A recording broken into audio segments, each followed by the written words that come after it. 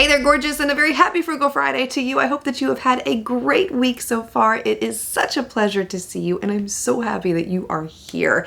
Today, I'm sharing a thorough review with you for the e.l.f. Dunkin Donuts collection that was very recently released. So I'm doing this in the style of speed reviews. It will move rather quickly, but I wanted to show you everything up close so that you can make an informed decision as to whether or not any of these products may be right for you. As always, I do want to let you know up front, everything I'm showing you here was sent as PR. My opinions are my own, and I do not show favoritism towards brands when it comes to expressing my opinion, and I think a lot of you understand that about me by now.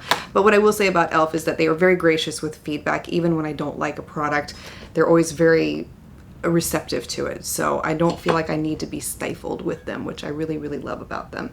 So the first product I have to share with you are these, let's talk about the eyeshadow palettes. They came out with these 3 new eyeshadow palettes, and I love the shades in a couple of these. The only one I wasn't too thrilled with in terms of color story is the one with the blue, right smack dab in the middle. I mean, it's not that the colors are not beautiful individually, I don't really care for them mixed together. And if I were going to take this palette and use it, I would more than likely combine it with other palettes that I have. So that may be the way that I use it in the future. But out of the 3, this is the one that just really didn't speak to me.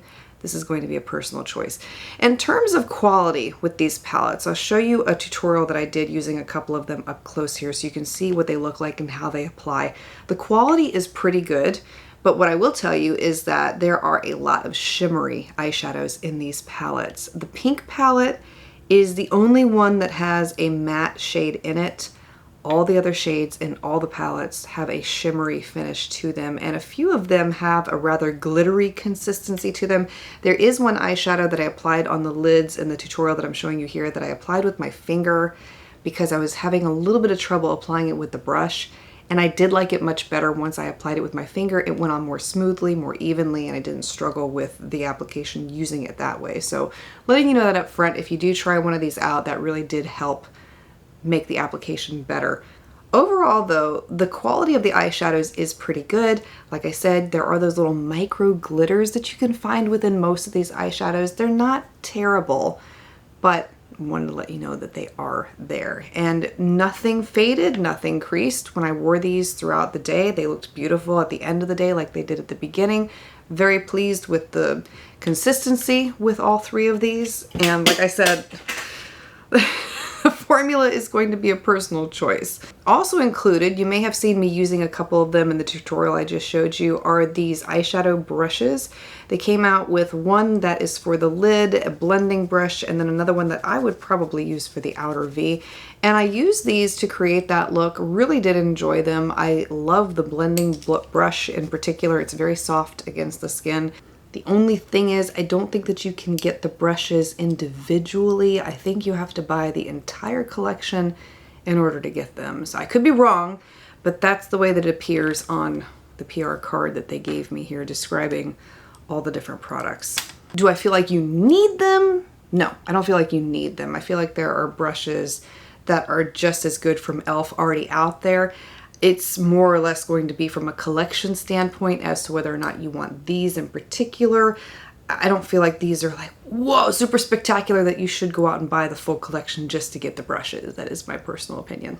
Also included with the set is the Donut Forget Putty Primer. This retails for $12. They market this as giving the skin a smooth texture. It says it has a subtle donut scent, and it creates a soft focus finish. Absolutely has a scent to it. It smells like a really sweet piece of candy. That's the way it doesn't really smell like a donut to me because, trust me, I know what donuts smell like. Oh, I know. Oh, I know. That ain't a donut. Anyway, when you apply this on the skin, it has a little bit of a yellow color to it, and I don't know if that will come across on camera. I noticed it in person after I applied it. As far as blurring everything, it did do a beautiful job of doing that. I could not tell that I had pores after I applied this, and hopefully you can see that up close in the side-by-side example here. So it did do a beautiful job doing that. In terms of wear time, how well the makeup wore over the top, I tested it out with my L'Oreal True Match Nude Foundation, which is a dewy finish foundation that I usually have to apply with a primer. And I did not notice a difference in longevity with the putty primer, unfortunately. I felt like it didn't really make the makeup last longer on my skin as opposed to other primers I've used in the past. It didn't extend the wear time.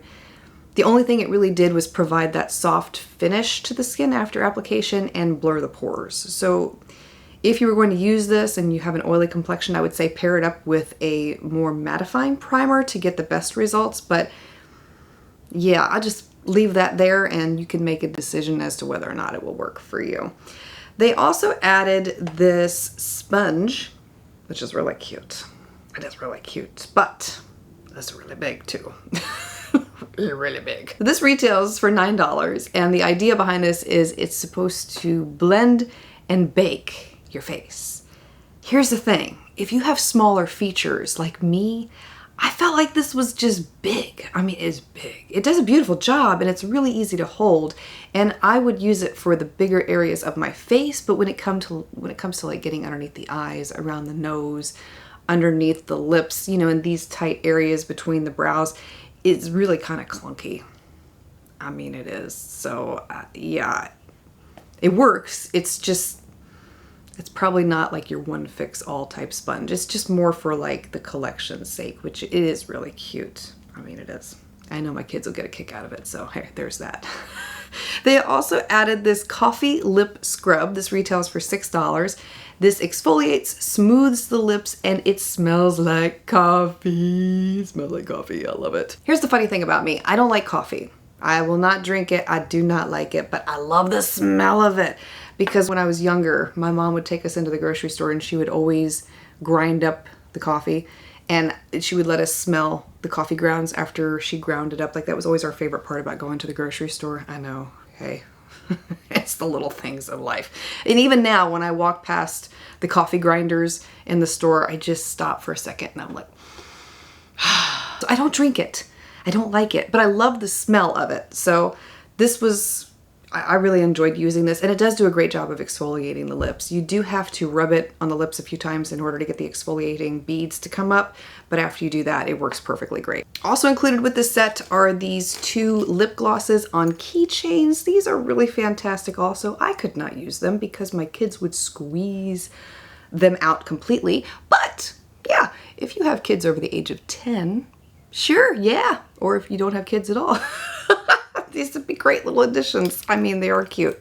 These do have a scent associated with them. It's almost like that glazed donut scent. And even though they look tinted, they apply to the lips clear, like you can see here. It is a rather thick gloss. Not so much sticky, but it is thick.